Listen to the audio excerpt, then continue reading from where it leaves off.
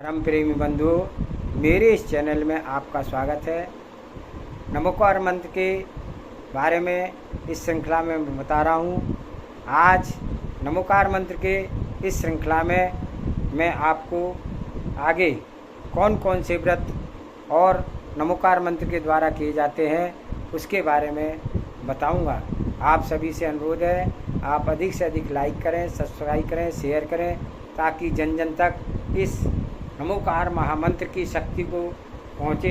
इस शक्ति का वह अनुमान लगाएं और इस शक्ति से लाभ लेकर के अपने सुख संपत्ति और कष्टों से बच कर के मोक्ष मार्ग के लिए आगे बढ़ें। इसी भावना के साथ आगे मैं इसको बताता हूँ कि नमोकार मंत्र से संबंधित अनेक व्रत नियमों का उल्लेख आगम में कई स्थानों पर प्राप्त होता है। 53 क्रिया व्रत, लघु अल्प विधान व्रत, बृहस् अल्प विधान व्रत, नक्षत्रमाला व्रत, सप्तकुंभ व्रत, लघु सिंह कीर्ति व्रत, बृहत् सिंह कीर्ति व्रत, भद्रवन व्रत, श्री सिंह निष्कीर्ति व्रत, त्रिगुण सार व्रत, सर्वोत्र व्रत, महासर्वोत्र व्रत, दुखहरण व्रत, जिन पूजा पुरंदर व्रत, लघु धर्म चक्र व्रत, वैध धर्म चक्र व्रत, वैध जिन घुस संपत्ति व्रत, लघु जिन घुस संपत्ति व्रत, वैध सुख संपत्ति व्रत, मध्यम सुख संपत्ति व्रत, लघु सुख संपत्ति व्रत, रुद्र वसंत व्रत, शील कल्याण व्रत, श्रुत कल्याण व्रत, चंद्र कल्याण व्रत, लघु पंच कल्याणक व्रत, लघु कल्याणक व्रत, बृहत रत्नावली व्रत, मध्यम रत्नावली व्रत, लघु रत्नावती व्रत और बृहत मुक्तावली व्रत, मध्यम मुक्तावली व्रत, लघु मुक्तावली व्रत, एकावली व्रत, लघु एकावली व्रत, द्विकावली व्रत, लघु द्विकावली व्रत, लघु कनकावली व्रत, बृहत कनकावली व्रत, लघु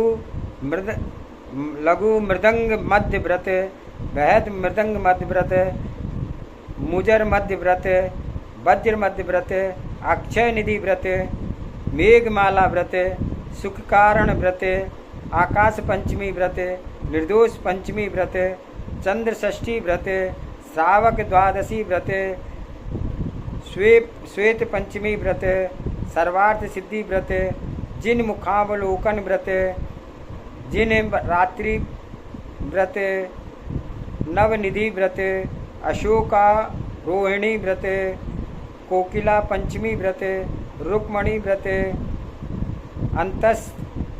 अंतस्तमी व्रत, निर्जर पंचमी व्रत, कवल चंद्रायण व्रत, 12 बिजोरा व्रत, ऐसो न व्रत, ऐसो 10 व्रत, कंजिक व्रत, कृष्ण पंचमी व्रत, निशल्य अष्टमी व्रत, लक्षण पंक्ति व्रत, दुग्ध रसी व्रत, धन कलश व्रत, कली चतुर्दशी व्रत, शील सप्तमी व्रत, नंद सप्तमी व्रत, ऋषि पंचमी व्रत, सुदर्शन व्रत,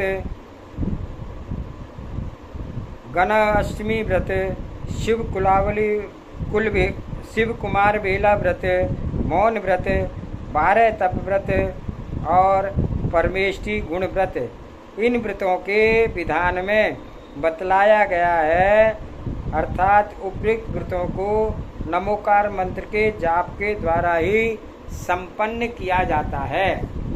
तो व्रतों की यह नामावली दे करके यह स्वयं ही प्रतिभाषित हो रहा है कि नमोकार मंत्र का व्रत साधने में महत्वपूर्ण योगदान तथा व्रतों के सम्यक परिपालन हेतु नमोकार मंत्र का ध्यान करना अत्यंत आवश्यक है।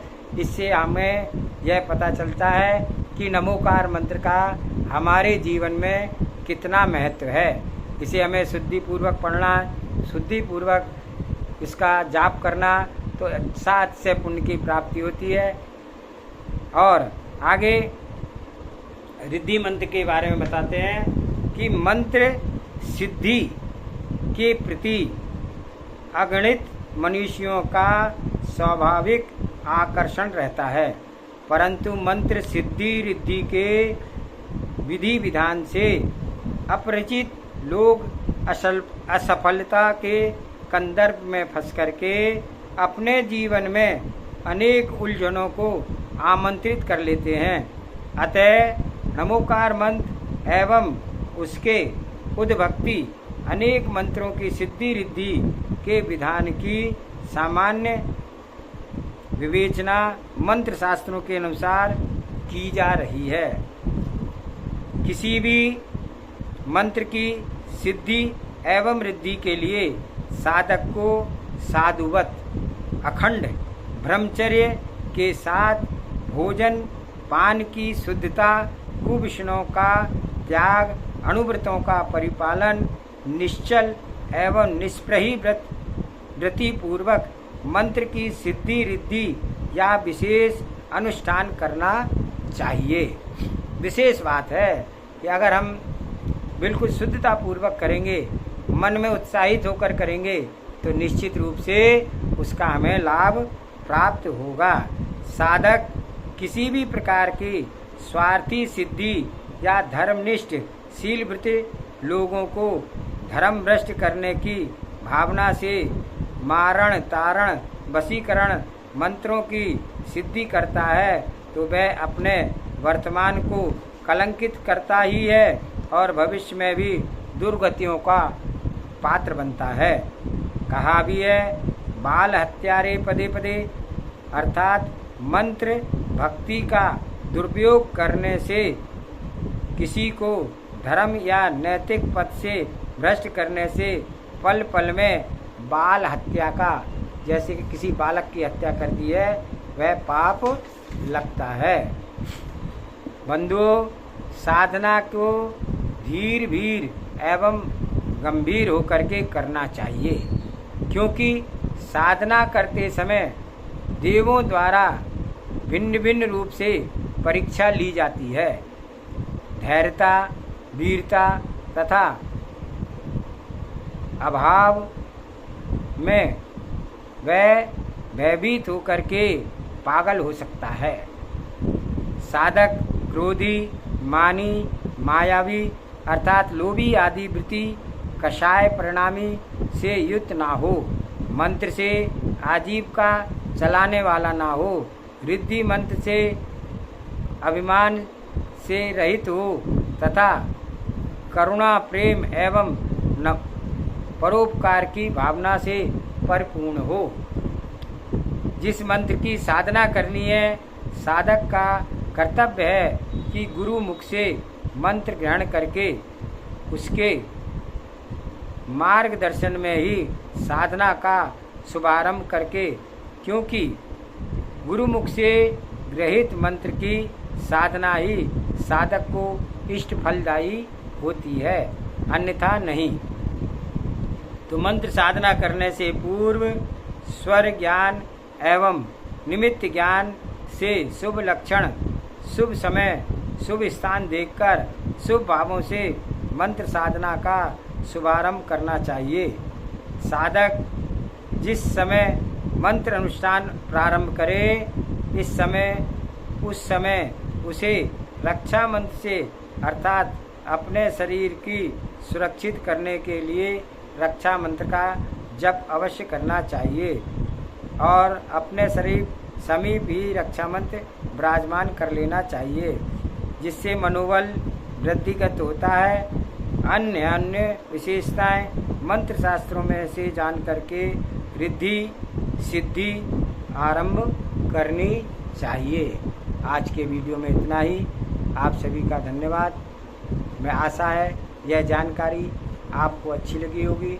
आगे और ऐसे नमोकार मंत्र से संबंधित आगे जानकारी मैं देता रहूँगा। आप अधिक से अधिक से वीडियो को शेयर करें, लाइक करें, सब्सक्राइब करें और जन जन तक इसको पहुँचाएँ। नमोकार मंत्र की शक्ति को सभी जानें। इस भावना के साथ सभी को जय जिनेंद्र।